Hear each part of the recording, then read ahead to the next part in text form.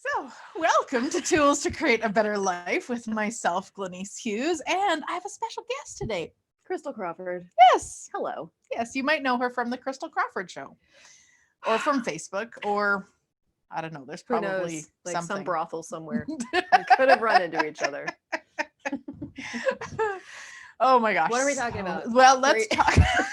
Let Three me tools. read. We did not make a list. We didn't. No. 3 tools to move from hoping to having. The reason we had to make a list is because we actually have a few more than that for you. 44 billion. 44. But the first one we're going to tell you about is to start paying attention.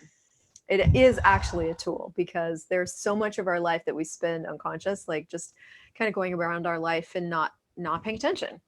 And one of the ways to go from, oh, I wish this could happen, or it would be nice if this would happen, is to start paying attention to what it is that actually lights you up.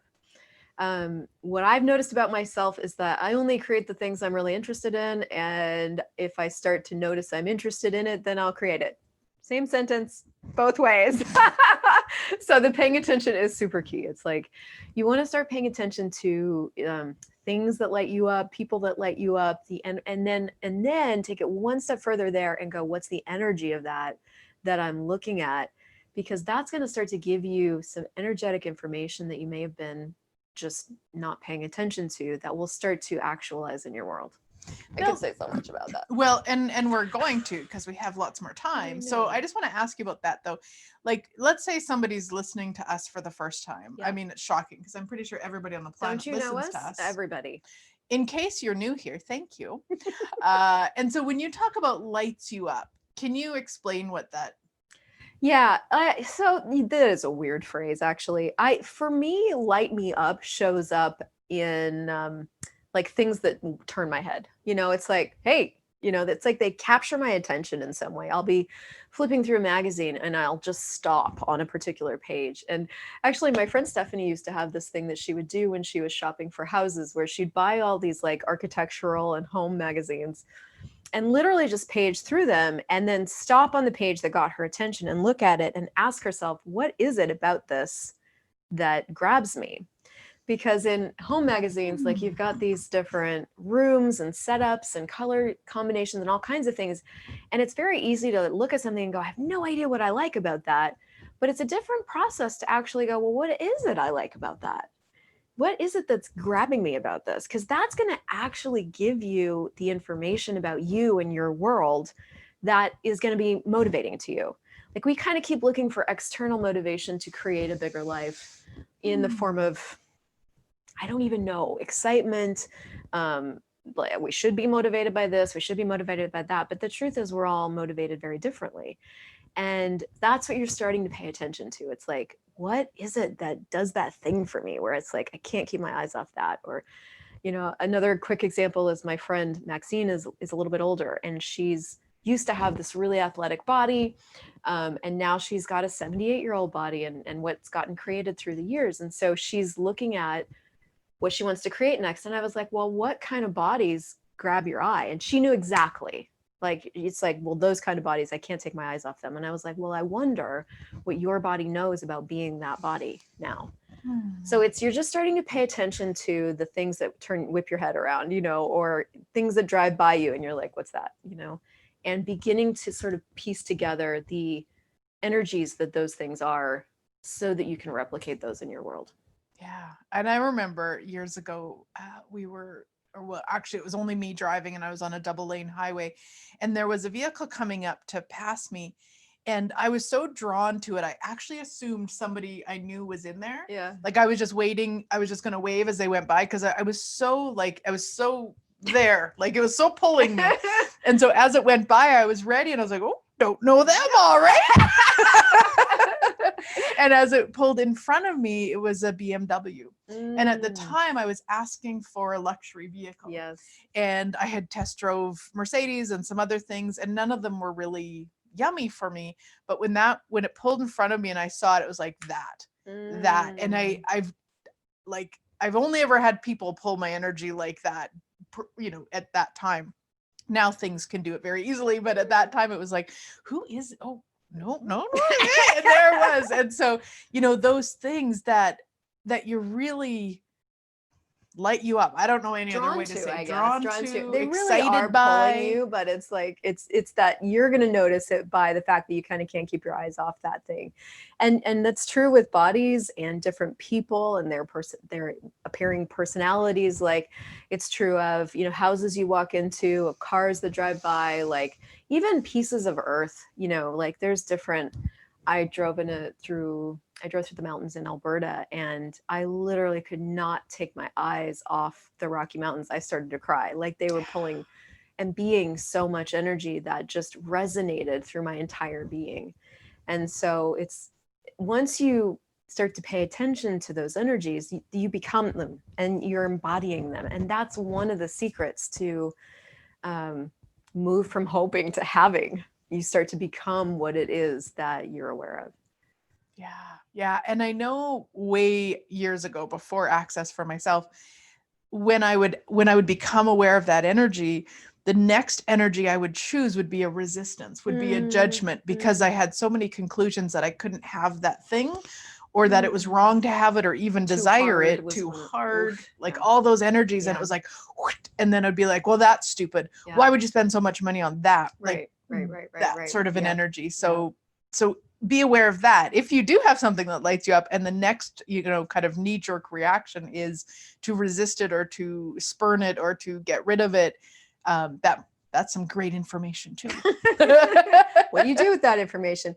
And honestly, you just notice that you're doing it. And then, Access has so many different tools you can use with that stuff. We could make this a really long video. We could make this a really long. Well, video and, podcast, and this is put into so many different formats now. However you're listening, thank you for listening. But the one thing with that I do want to add, for anybody who's a little bit familiar with the tools, really look at who you're being in that moment of the rejection of it. Like, who is that? Because chances are you learned it from somewhere. And so you might get that you're being your mom or your dad or sister or brother or whoever. And then it doesn't mean you have to make a story about it, but just acknowledge it. And then look at if you were choosing, like, would you reject it, or would you have it? Would you demand it? Would you ask for it? Would you receive it? Like just get curious with it and play with it. Yeah. And I'll just add to that sort of my facet on it. It's like, I had to use a lot of interesting point of view. I have this point of view when I was first starting with all of this different way of actualizing a living, that was different than the one I had. Because I couldn't even get to that. I was like so steeped in, I was so steeped in points of view that they were so integrated with my being at that point, that I had to really create some space for myself in between me and the point of view, which is really what interesting point of view, I have this point of view does. At least it did for me. And so I would take everything that came up like that, and I would use interesting point of view. I have this point of view, interesting point of view. I have this point of view, interesting point of view. I have this point of view for everyone. And it was time consuming in the beginning because I had a lot of points of view that were going on. But it did work. It did work. And I was able to start to access what she's talking about, which is, beginning to wonder, okay, well, what is true for me? I've been functioning from what everybody else has told me is possible, which was basically nothing is possible. And but what's true for me? How does my reality really work with this? And begin to create from there. Yeah. All right. So that's tool number 1, pay attention. Yeah. The lightness, the yumminess, the wherever your attention gets drawn, however you want to do that. Number 2, know significance, guys. This is a huge tool that a lot of people don't really see as a tool. They do all the other pieces, but they don't recognize that when you're looking to going from hoping to having, one of the biggest stumbling blocks is the significance that they have to have it. They've turned their desire, that excitement, into need, and they've made it mean something. It's significant. If I get the house, then it means I'm magical. If I get the lover, then it means I'm lovable. If I get the whatever, it means I'm whatever. It doesn't actually mean anything except that you chose it. So if we take the significance off, what at least it did for me was it added back the fun. it becomes more just of a playfulness of like, I wonder, and a curiosity, and ooh, how many different ways could this show up? And what else is possible with this, rather than, oh my God, I have to have this now, and it has to look this way, and it has to show up like this, and it has to, and oh, that's exhausting, my sweet friends. Exhausting. Don't do that. But if you are doing that, use interesting point of view. I have this point of view. Yes, that tool is a brilliant tool for everything. Just sprinkle that shit on everything. Sprinkle that shit on everything. It's true though. It's true. Yeah. Yeah, because that is significance is going to stop every creation that you ever add it to. It will stop it. And I used to we all make different things significant, like, but sometimes some of it doesn't seem like it's significance. Like I used to make it really significant that it was going to be hard to get this, and like make it a lot of work, and then do the have to and I need it energies. And those didn't seem like significance. They just seemed true. So also just basically anything that's heavy isn't true, right? So the moment you take what you're aware of and you go into any kind of something that's dense or hard or any of that heaviness, that's when you're in something that isn't true. That's when you're in some kind of significance. And you can just pock and pot it everywhere. I'm doing significance, right, wrong, good, bad, pop, all night, choice, boys, man's. Would it be fun to choose this? Would be fun. Would this choice be more fun than the one I'm choosing now? Yes. Okay, I'll have it. That's a great question. Would it be more fun to do that? Yes. Okay. And, be that high energy with, the whatever it is. Hi, like what's possible? What can we, what's possible? Show me. And it will be a lot easier. Yes. And right now, I mean, Christel and I are together. We're in Ontario. We're facilitating some classes together. And one of the things that I receive from kind of this co-creation with Christel is, what's more ease? That was often her question when we had different things show up. Well, what's more ease? Let's choose ease here. and it was a brilliant reminder of actually it's a choice. Mm-hmm. So when we do significance, I'll tell you what, it won't be ease. That will also be a really good indicator if there's a dis-ease, if there's struggle, if there's force, if there's push, if there's frustration, you're not choosing ease. And so checking in, is it fun? How could it be ease here? If I didn't create this, have this, actualize this, whatever the wording is, what does it mean about me? Like really getting out of that so that your whole creation and actualization of your life and your living is ease, is fun, is playful. And one of the things we say in Access is it never shows up the way you think it will. So if you get the significance off of that, the universe can deliver it in a billion different ways. Yeah.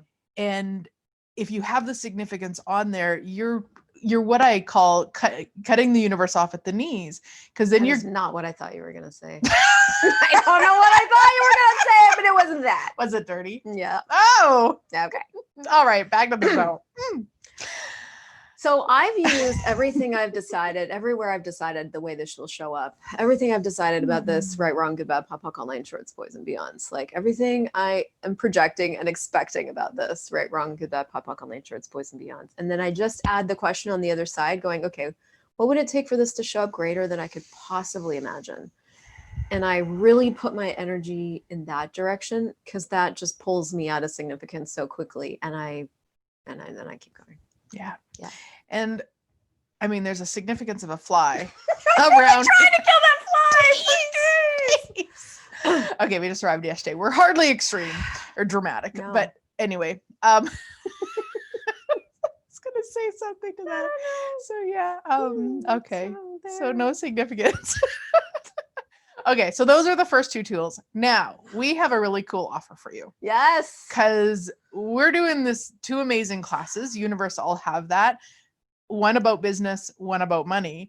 And so this is the lunch of the first day. And we actually put together a creation that is delicious. It's called Universe All Have That Energy Exercises.